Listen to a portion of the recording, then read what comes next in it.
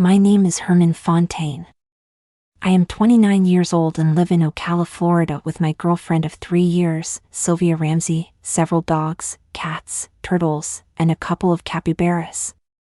I am running out of time, and there's no one left on the research vessel Hidden Minnow. Everyone is dead except for me. Though that's going to change pretty soon.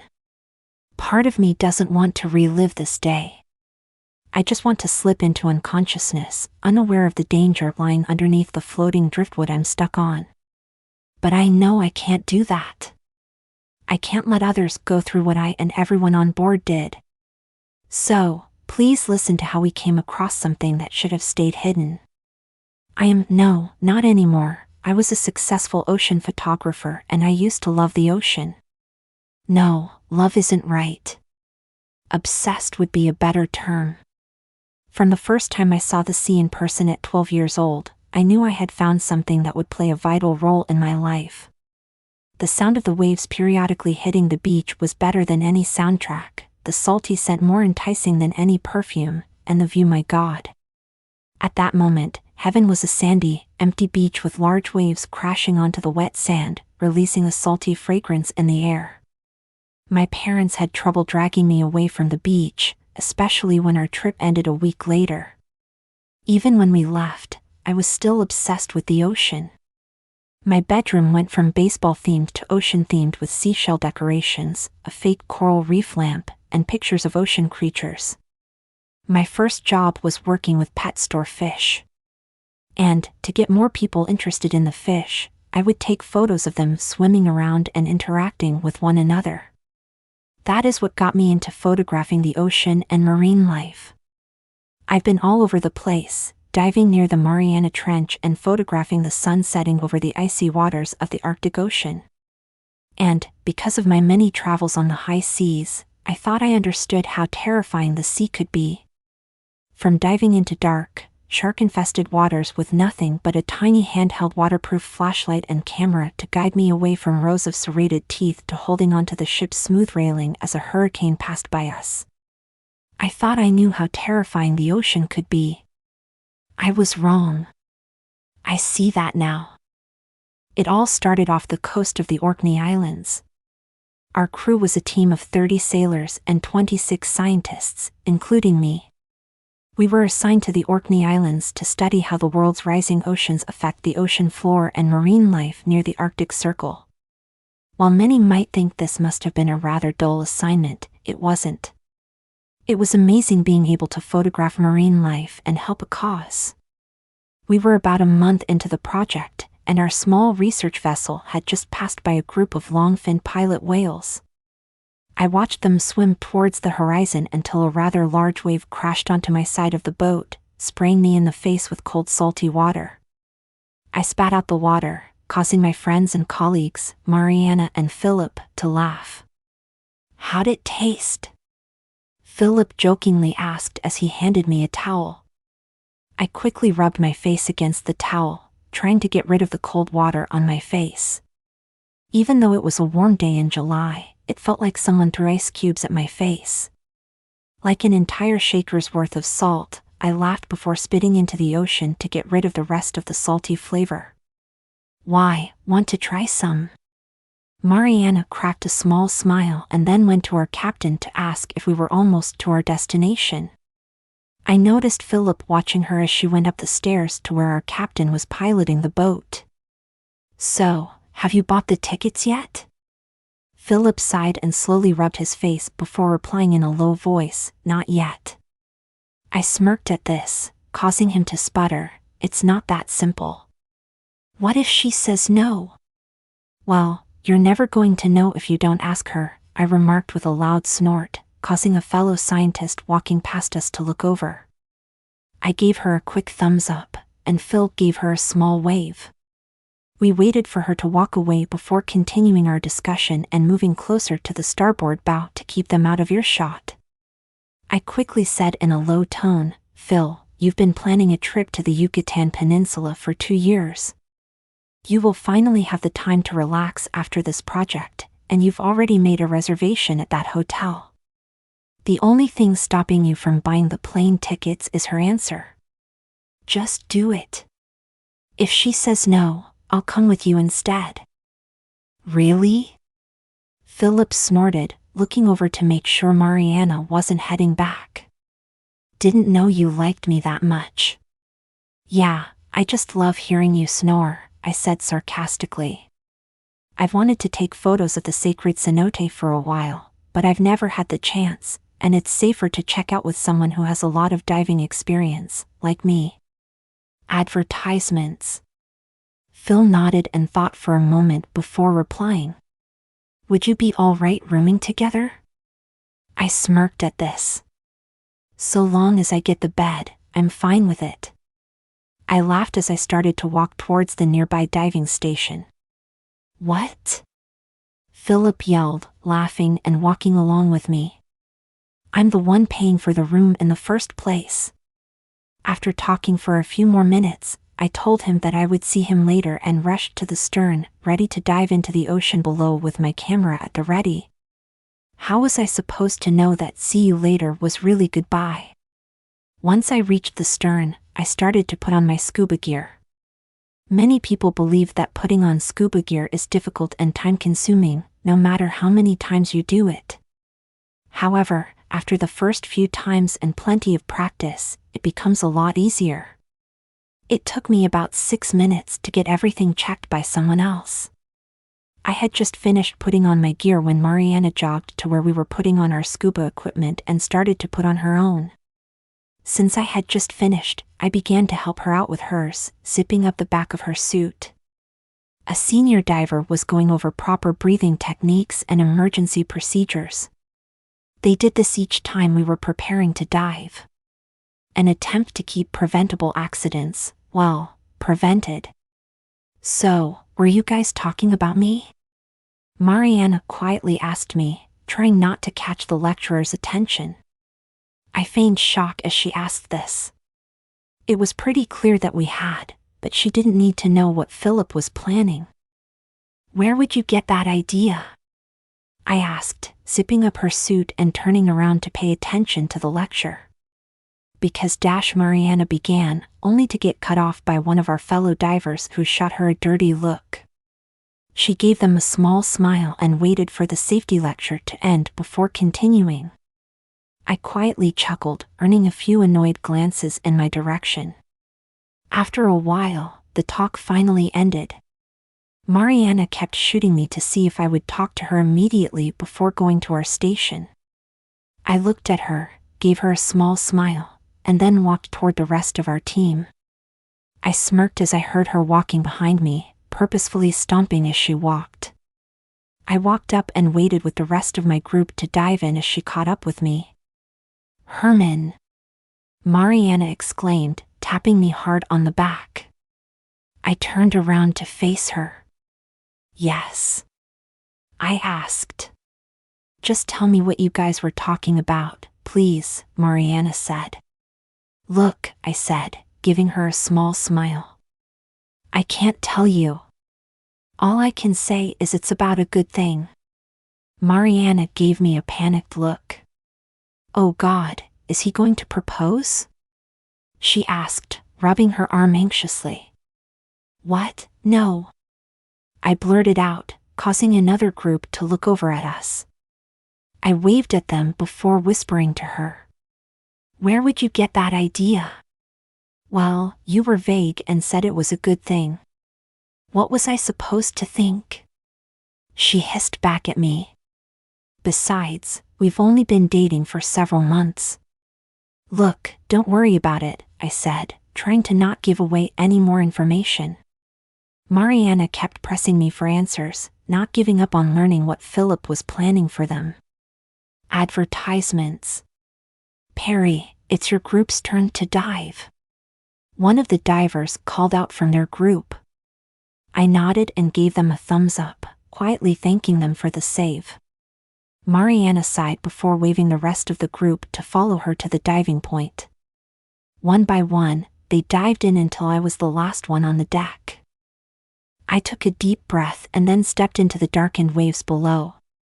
Non-divers usually think that, under the waves, the ocean is a quiet and peaceful expanse. That's not the case at all. I could hear the sounds of Mariana and me raspily breathing in the stale oxygen our air tanks provided us. I could make out the stream of bubbles rising with each exhalation and the small sounds of fish darting past. It's a cacophony of noise, one where if any of them were to disappear would mean a tragedy was about to unfold. I slowly made my way down with Mariana and another diver, only stopping to take a photo of a small school of sea trout swimming close to us. It was a peaceful day under the sea and a great day for photography. It had been around 10 minutes since we dived in. I was photographing one of my teammates collecting temperature readings nearby when Mariana swam up to me, waving rapidly at me to catch my attention. "Hey Herm, I found something weird. Wanna see?" Mariana asked, the transceiver muffling her voice. Mariana always had a knack for finding things, from large fossilized teeth embedded in rocks to finding an actual World War II bomb that was still active. That was a long, nerve-wracking day. So I was both intrigued and nervous to see what she found. I hesitantly agreed to follow her and then instructed the rest of the group to follow us. I didn't want them to get lost or in trouble without someone nearby. That was mistake number 1. We followed Mariana a few yards before she pointed towards something in the sand below us. I swam closer to it, wondering what she could be pointing at. I looked down and saw a large indentation, about the size of a full-grown minke whale, in the sandy bottom of the ocean floor. "What about it?" I asked her. She signaled to us again and directed us to a line of identical indentations leading to something just beyond our sight. I didn't know what to make of it. I've seen microdepressions before, but never this high up in the ocean, never spaced as evenly as these were, and never in a weird half-cylinder shape. And that's when someone, I think their name was Joe or Joseph, I don't know, suggested that we follow them to see where they ended. And we all agreed. Of course, we did. It was scientifically interesting, and we wanted to know if there was a correlation between the holes and global warming. This was mistake number 2. The holy trail was oddly consistent, with a new indentation every few feet from the last one. It was odd, to say the least. We really should have turned back. After all, the only thing we could see were those indentations. We didn't spot any life near them, no traveling fish or underwater plant life. I had seen something like this before in places like the Gulf Dead Zone, but while that place was full of fish corpses and dead coral, this place had nothing. No underwater plant life, no crabs scuttling on the sandy bottom, not even fish swimming nearby. The only thing to see in that empty place was holes trailing off to some unknown finish line. And, after a half-hour of swimming, we reached that finish line. All those holes lead up to one monstrous chasm whose bottom was hidden from our powerful flashlights. We were just going to mark the spot, head back, and investigate it further tomorrow. However, one of us decided not to wait and swam into the pit. I think it was Veronica or Joe. Whoever did it, fuck them. Either way, that was mistake number 3. 2 members of my group swam after them, yelling at them to rejoin the rest of the group. Mariana, a couple of others, and I started to set up buoys around the area. We didn't have enough oxygen to explore the sinkhole today, but by marking it, we could check it out later. We had just finished when the ocean floor began to rumble beneath us, startling all of us. Even though the seismometer hadn't indicated any seismic activity before we left, we were caught in what looked and sounded like the center of an underwater earthquake. I floated where I was, waiting for the tremors to finish before heading back to the boat, but I noticed one of the divers hastily swimming up from the hole. Never a good sign. I figured something had happened to one of the other divers, or the earthquake had frightened them, so I started to swim to them. The rumbling got louder, and the sand quaked underneath me more violently, but I ignored it. I just thought that the earthquake had unnerved my fellow diver or that the other diver was in trouble and they were trying to get help. That's the most logical thing to think in that situation, right? "Hey, what's wrong?" I called out to them, hoping nothing was wrong with their transceiver. They stared at us, alarmed, and signed rapidly, messing up every other word. Before any of us could decipher what they were trying to say, something massive from the pit propelled up before slamming down onto the diver, crushing them. We saw the body of our colleague crushed underneath a mass of what looked like red-veined rock. Something horrible started pulling itself from the pit, lifting up the sandy ground as it rose. Mariana managed to snap out of her confusion and horror first, signaling the others to move back away from the ever-growing pit. Somehow, we managed to get far enough to avoid getting hit by the debris. Standing in front of us was a monstrosity ripped straight from the darkest depths of my nightmares.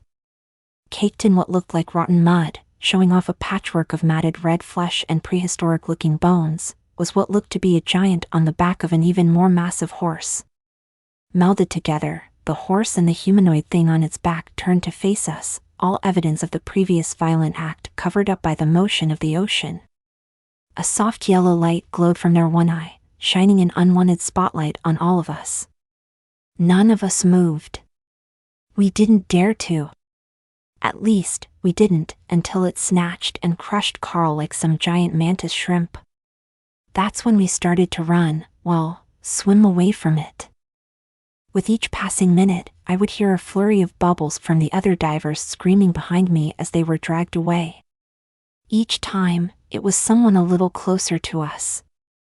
I turned around to check how many people were behind Mariana and me. If anyone was still between us and that dreadful thing. All I could see was the vague shape of the behemoth growing massive as it approached us. Air tanks littered the ground, and tattered flippers swirled around in the kicked-up clouds of sand.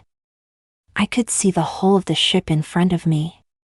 Only a few minutes away from swimming up to the surface, dragging ourselves on board and telling everyone to head back to the main shore as quickly as possible. I remember thinking that none of the crew would believe us. That they would either think we were suffering from overexposure to nitrogen or that we were playing a terrible prank. However, I couldn't think about that now. We were close to the ship, but the monster was charging at us. I looked toward Mariana to make sure she was still behind me. I could see her eyes behind her goggles filled with horror but gradually relaxed as she saw the bottom of the boat come closer into view. We were going to make it. We were both going to make it. I launched myself onto the diving platform, scrambling up and onto the ship. Soon, another showed up. Then another. Then another. They either scrambled onto the deck, throwing off gear, or sat away from the water and watched it, stunned. This attracted several sailors, other diving groups, and scientists to rush over. Most of them tried to check on and talk to the divers. A few looked over the sides to see what was causing so much distress. One of the scientists ran up to me and started to probe me about what had happened. I didn't reply. I ripped off my flippers, stared at the platform, and waited for Mariana. But she never left the water. And all I could feel at that moment was nothing. All I could do in that horrible peaceful moment was stare at the still ocean and try to calm myself down with my own thoughts. Advertisements. I remember thinking that maybe it was over. Perhaps that thing couldn't breathe air and was just stuck hunting its prey underwater. Or it was busy killing those that couldn't escape the water in time. Either way, we would have to carefully study it from the safety of our ship and find a way to contain it. Because if there was one, then that means there were likely more. Those were my thoughts at the time, as terrible as they were. I think I was trying to ignore that thing was killing many of my colleagues and friends. However, those thoughts were quickly dissolved as a humongous geyser flew into the air, spraying the boat and everyone with a torrent of water. Standing between us and the warm light of the sun was that monstrous figure, its exposed muscle system glistening in the sunlight. The algae that once coated its body was now sloughing off, revealing more exposed bone and adipocere-covered skin. Its pseudo-human head flopped sickeningly back without the water's support. The thing maliciously glared at all of us on that ship. And, horrified by what was in front of us, we stared back. The thing loudly bellowed as it charged towards the boat, overtaking everyone's screams, not slowed by the water, and quickly gaining on our small vessel. There was no way the ship was faster than that thing or that we could slow that monster down, but a lot of us on that ship tried. A lot of them threw whatever they could pick up at the thing, completely missing it.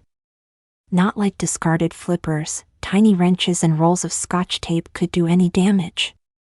Many others ran for the lifeboats, releasing them from the ship and trying to get as far away as possible, only to get lifted out of the water and crushed or chucked.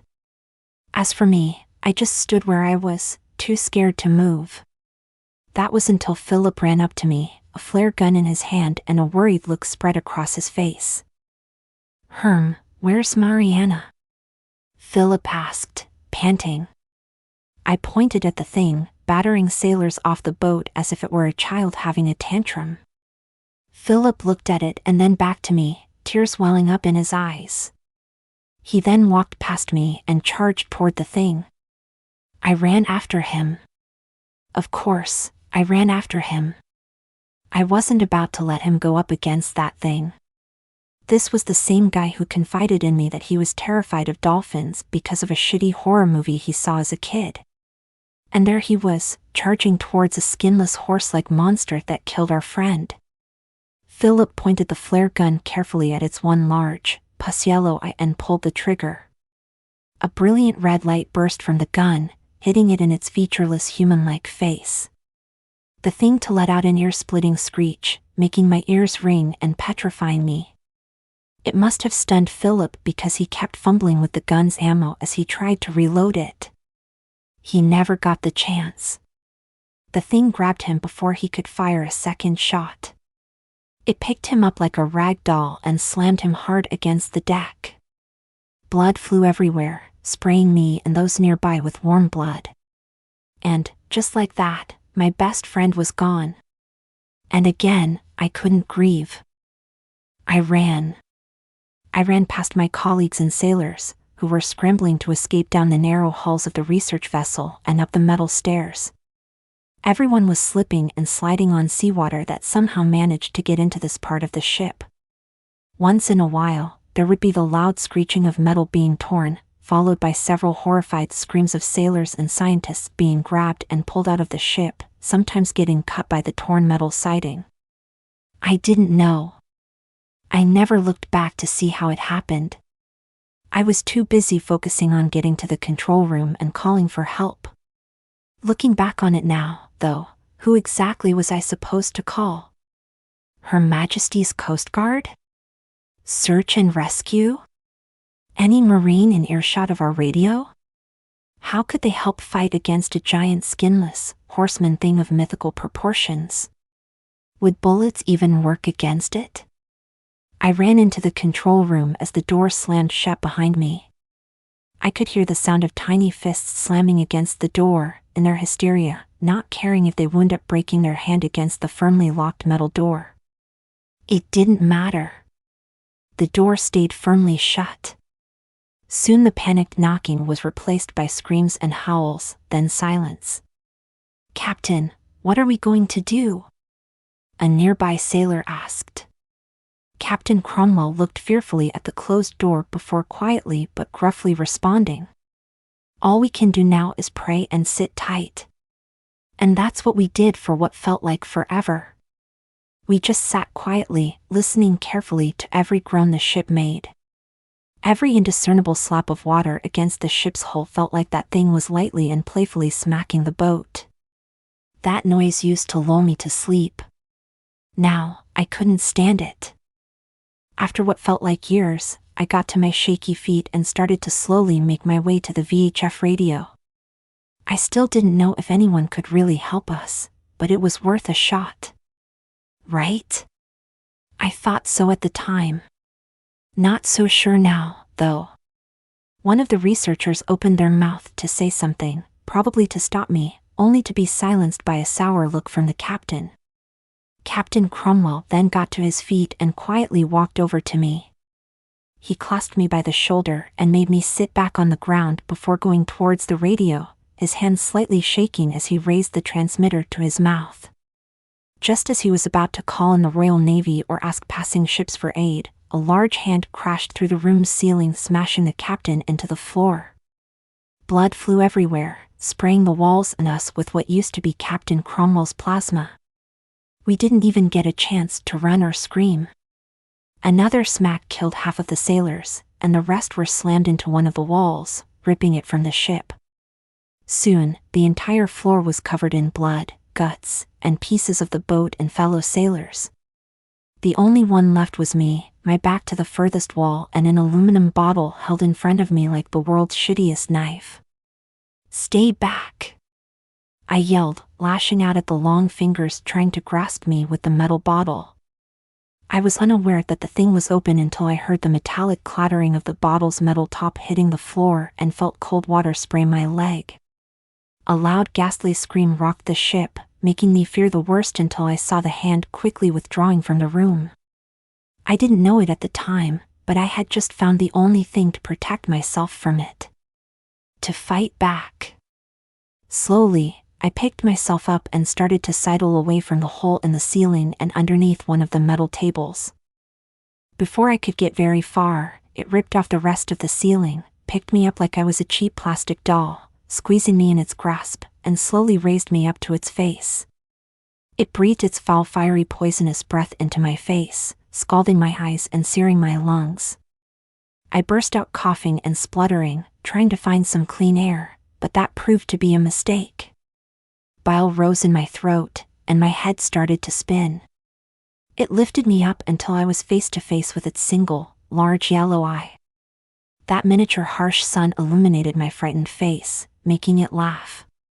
Something worse than death was maliciously staring me down, so I did the only thing I could think of. Desperately, I started trying to wrench one of my arms free, hissing at the pain of trying to free it from a vice-like grip. It still hurts, and I can barely lift it now. Somehow though, I managed to get my arm free along with the bottle without spilling it everywhere.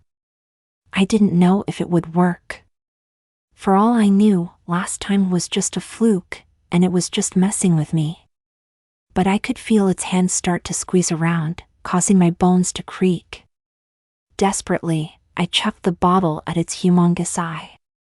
Cool fresh water splashed onto the thing's eye, causing it to let out a thunderous shriek and drop me down onto the deck.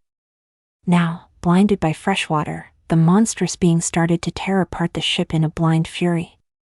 How I managed to not get thrown across the ocean or ripped in two along with the ship's keel is a mystery. I fell several feet onto the debris-strewn and blood-soaked deck and passed out. When I woke up, several of my bones were broken, I was on a small piece of floating rubble, and this radio was within crawling distance. And now, I'm just sitting here on this wreckage talking into the voyage data recorder. Why I and the ship's VHF radio survived where everyone and everything was slaughtered by that monster is beyond me. I have no way to get help. I'm trapped on this floating rubble, unable to control where it's going, unable to see the closest island, and night is coming. My only weapon, a canister of fresh water, is empty. I tried contacting nearby ships using the radio, but no one responded to my pleas. Hence why I've been relaying the story ever since waking up.